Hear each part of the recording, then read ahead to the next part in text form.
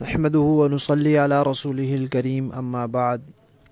ترجمے والے قرآن پاک کا صفحہ نمبر 870، 24واں پارہ، سورہ زمر، 7واں رکوع، آیت نمبر 64 تا 67۔ اعوذ باللہ من الشیطان الرجیم، بسم اللہ الرحمن الرحیم۔ قل افغیر اللہ تأمرونی اعبد ایہا الجاہلون وَلَقَدْ أُوحِيَ إِلَيْكَ وَإِلَى الَّذِينَ مِن قَبْلِكَ لَئِنْ أَشْرَكْتَ لَيَحْبَطَنَّ عَمَلُكَ وَلَتَكُونَنَّ مِنَ الْخَاسِرِينَ بَلِ اللَّهَ فَاعْبُدْ وَكُن مِّنَ الشَّاكِرِينَ وَمَا قَدَرُوا اللَّهَ حَقَّ قَدْرِهِ وَالْأَرْضُ جَمِيعًا قَبْضَتُهُ يَوْمَ الْقِيَامَةِ وَالسَّمَاوَاتُ مَطْوِيَّاتٌ بِيَمِينِهِ سُبْحَانَهُ وَتَعَالَى عَمَّا يُشْرِكُونَ۔ صدق اللہ العظیم۔ پچھلی آیات میں فرمایا تھا کہ ہر چیز کے خالق بھی اللہ ہے، نگہبان بھی اللہ ہے، اور ہر چیز پر کامل اختیار بھی اللہ کا ہے، اور جو لوگ اس کا انکار کرتے ہیں وہ بڑے نقصان میں ہیں۔ نبی پاک صلی اللہ علیہ وسلم سے مشرکین مکہ نے ایک دفعہ کہا کہ جب تک آپ نے یہ لا الہ الا اللہ کا اعلان نہیں کیا تھا پورے شہر میں امن تھا، سب لوگ ایک ہی نظریے کے تھے، کوئی اختلاف نہیں تھا۔ جب سے آپ نے یہ بات شروع کی ہے اختلاف پیدا ہو گیا ہے، لڑائی جھگڑا پیدا ہو گیا ہے۔ تو اب ہم صلح و صفائی سے کام لیں کہ آپ جس اللہ کو معبود سمجھتے ہیں ہم اس کو پکار لیا کریں گے، اور جن کو ہم معبود سمجھتے ہیں آپ ان کو بھی پکار لیا کریں۔ تو اس طرح صلح و صفائی سے ہم کام چلاتے ہیں تاکہ یہ جھگڑا نہ ہو۔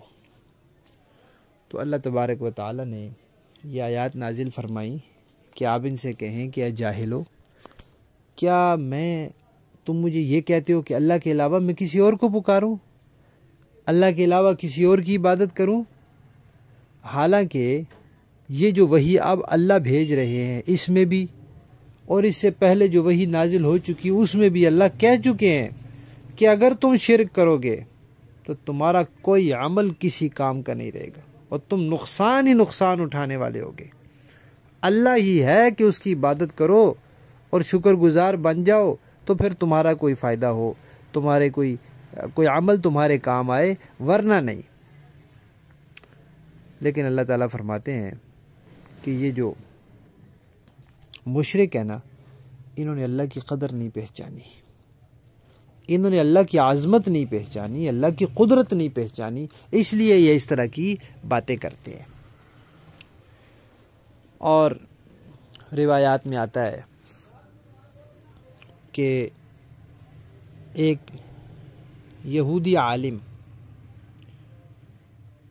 نبی پاک صلی اللہ علیہ وسلم کی خدمت میں آئے اور کہا کہ ہماری کتاب میں لکھا ہے کہ قیامت کے دن اللہ تعالیٰ آسمانوں کو اپنی ایک انگلی پہ اٹھا لیں گے، زمینوں کو ایک انگلی پر، درختوں کو اسی طرح، پانی اور مٹی کو اور باقی مخلوقات کو ایک ایک انگلی پر۔ تو آپ اس کے بارے میں کیا فرماتے ہیں؟ ہماری کتاب میں یوں لکھا ہے کہ ایک انگلی پر آسمان، ایک پر زمین، ایک پر درخت، ایک پر پانی اور مٹی، ایک پر باقی مخلوقات، یہ 5 پوری کر دی اس نے۔ تو حضرت عبداللہ بن مسعود رضی اللہ تعالیٰ عنہ فرماتے ہیں نبی پاک صلی اللہ علیہ وسلم مسکرائے اور ہنس پڑے، اتنا مسکرائے کہ آپ کی پچھلی داڑھیں ظاہر ہو گئیں. یعنی قہقہہ تو نہیں لگاتے تھے لیکن جب ہنستے تھے تو آپ کی جو داڑھیں تھیں وہ ظاہر ہوتی تھیں. پھر نبی پاک صلی اللہ علیہ وسلم نے یہ آیت پڑھی. کون سی آیت؟ اس میں اللہ تعالیٰ فرماتے ہیں کہ یہ جو مشرک ہیں انہوں نے اللہ کی عظمت کو پہچانا ہی نہیں. یہ زمین آسمان یہ سب کچھ اللہ کے قبضے قدرت میں ہے، اور قیامت کے دن یہ سب کچھ اللہ کی مٹھی میں لپٹا ہوا ہوگا، اللہ کے دائیں ہاتھ میں لپٹا ہوا ہوگا.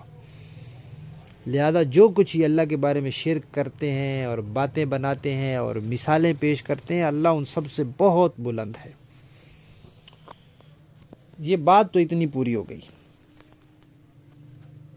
کہ مشرکین نے کہا کہ آپ ہمارے خداؤں کو پکار لیں، ہم آپ کے کو بھی پکار لیا کریں گے.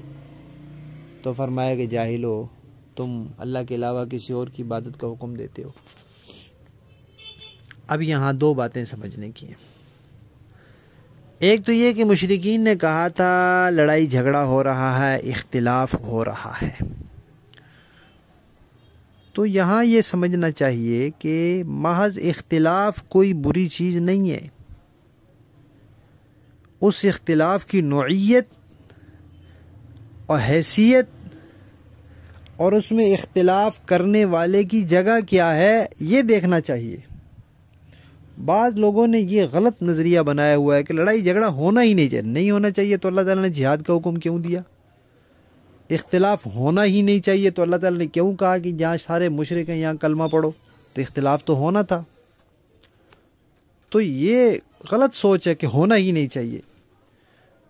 کہاں نہیں ہونا چاہیے، کس کو نہیں کرنا چاہیے، یہ سوچنے کی بات ہے کہ جو صحیح عقیدہ ہے اس سے کسی کو اختلاف نہیں کرنا چاہیے. لیکن اگر کوئی صحیح عقیدے سے اختلاف کرتا ہے تو پھر ہم اس سے اختلاف کریں گے. ظاہر بات ہے ہم اس کی تائید تو نہیں کر سکتے. لڑائی جھگڑا نہیں ہونا چاہیے، لیکن اگر کوئی اللہ تعالیٰ کے نظام سے ہٹ کر کوئی اور راستہ اختیار کرتا ہے، اسلام کی اسلام بھی نہیں لاتا، اسلام کی بالادستی کو بھی نہیں مانتا، اور مسلمانوں کے لیے وہ خطرہ بنتا ہے، تو اس سے لڑائی جھگڑا تو ہوگا.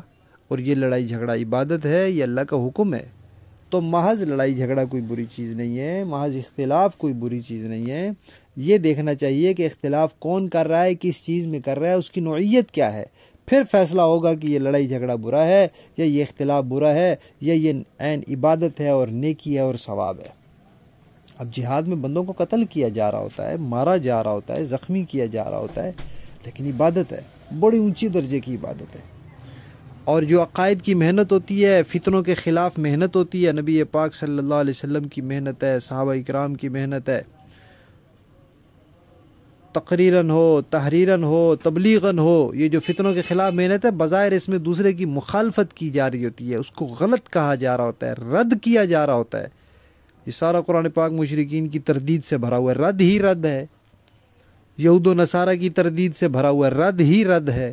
کفار کی تردید سے، غلط عقیدوں کی تردید سے. تو محض رد کرنا کوئی بری چیز نہیں ہے، لیکن یہ دیکھنا ہوتا ہے کہ کون رد کر رہا ہے، کس بات کو رد کر رہا ہے. ایک تو یہ بات سمجھنے کی تھی. دوسری یہ بات کہ یہ اللہ تبارک و تعالیٰ کے لیے مختلف اعضاء کا تذکرہ ملتا ہے، کہیں اللہ کے چہرے کا، کہیں اللہ کے ہاتھ کا، کہیں اللہ کی مٹھی کا، کہیں اللہ کی انگلی کا. تو اللہ تبارک و تعالیٰ جسم سے پاک ہے. اللہ کے ہاتھ بے مثل بے مثال ہے. کیسے ہیں اللہ بہتر جانتے ہیں. لہذا یہ جو صفات ہیں ان کے بارے میں ہم کوئی تصور نہیں قائم کر سکتے کہ اللہ کا بھی کوئی ہاتھ ہے جس کی 5 انگلیاں ہوتی ہیں، اللہ کی بھی کوئی پنڈی ہے، اللہ کا بھی کوئی چہرہ ہے. ایسا نہیں ہے. اللہ تعالیٰ جسم سے پاک ہیں. بس ان آیات کا کیا مفہوم ہے اور اللہ کی مٹھی کا کیا مطلب ہے اللہ بہتر جانتے ہیں. اس کو اللہ کے حوالے کرنا چاہیے. لفظی معنی دیکھیے. قل آپ فرما دیجئے، افا غیر اللہ، کیا اللہ کے علاوہ کا، تأمرونی تم مجھے کہتے ہو، اعبدو کہ میں عبادت کروں، ایھا الجاہلون اے جاہلو، وَلَقَدْ اور یقیناً اوحیا وحی کی جا چکی ہے، الیکا تمہاری طرف، وَإِلَى الَّذِينَ اور ان لوگوں کی طرف من قبلک جو تم سے پہلے تھے لَإِن کہ اگر اشرکتا تم نے شرک کیا لَيَحْبَطَنَّ تو ضائع ہو جائیں گے عملک تمہارے کام وَلَتَكُونَنَّ اور تم ہو جاؤ گے من الخاسرین نقصان اٹھانے والوں میں سے بل اللہ بلکہ اللہ ہے فاعبد اسی کی عبادت کرو وکن اور ہو جاؤ من الشاکرین شکر گزار بندوں میں سے وما قدر اللہ نہیں قدر جانی انہوں نے اللہ کی حق کا قدری جیسا کہ قدر جاننے کا حق تھا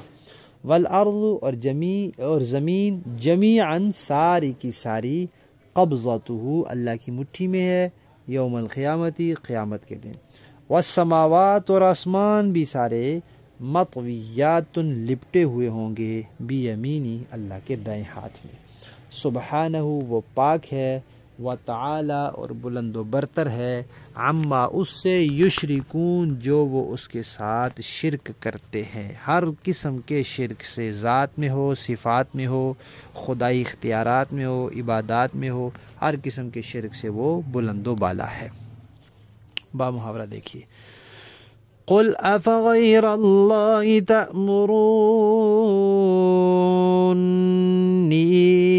اعبد ایہا الجاہلون فرما دیجئے کہ کیا پھر بھی اے جاہلو تم مجھ سے کہتے ہو کہ اللہ کے سوا کسی اور کی عبادت کروں وَلَقَدْ أُوحِيَ إِلَيْكَ وَإِلَى الَّذِينَ مِن قَبْلِكَ لَئِنْ أَشْرَكْتَ لَيَحْبَطَنَّ عَمَلُكَ وَلَتَكُونَنَّ مِنَ الْخَاسِرِينَ اور یہ حقیقت ہے کہ تم سے اور تم سے پہلے تمام پیغمبروں سے وحی کے ذریعے یہ بات کہہ دی گئی تھی کہ اگر تم نے شرک کا ارتکاب کیا تو تمہارا کیا کرایا سب غارت ہو جائے گا اور تم یقینی طور پر سخت نقصان اٹھانے والوں میں شامل ہو جاؤ گے بل اللہ فاعبد وکن من الشاکرین لہذا اس کے بجائے تم اللہ ہی کی عبادت کرو اور شکر گزار لوگوں میں شامل ہو جاؤ وما قدر اللہ حق قدرہ والارض جميعا قبضته يوم القيامة والسماوات مطويات بيمينه سبحانہ وتعالی عما یشرکون اور ان لوگوں نے اللہ تعالیٰ کی قدر ہی نہیں پہچانی جیسا کہ اس کی قدر پہچاننے کا حق تھا حالانکہ پوری کی پوری زمین قیامت کے دن اس کی مٹھی میں ہوگی اور سارے کے سارے آسمان اس کے دائیں ہاتھ میں لپٹے ہوئے ہوں گے وہ پاک ہے اور بہت بلند و بالا ہے اس شرک سے جس کا ارتکاب یہ لوگ کر رہے ہیں ان آیات میں بظاہر خطاب نبی پاک صلی اللہ علیہ وسلم کو ہے لیکن اصل میں امت کے لیے فرمایا گیا ہے کہ یہ پیغام امت تک پہنچا دیں کہ اگر تم نے شرک کیا تو تمہارے اعمال ضائع ہو جائیں گے ورنہ براہ راست پیغمبر سے شرک کا ارتکاب ہونا ناممکن ہے محال ہے کہ کسی پیغمبر سے شرک کا کوئی شبہ بھی ہو جائے بلکہ اہل سنت کا تو یہ عقیدہ ہے کہ پیغمبر تو ہر قسم کے چھوٹے بڑے گناہوں سے بھی معصوم ہوتے ہیں پیدائش سے لے کر وفات تک ان سے کسی قسم کا کوئی گناہ نہیں ہوتا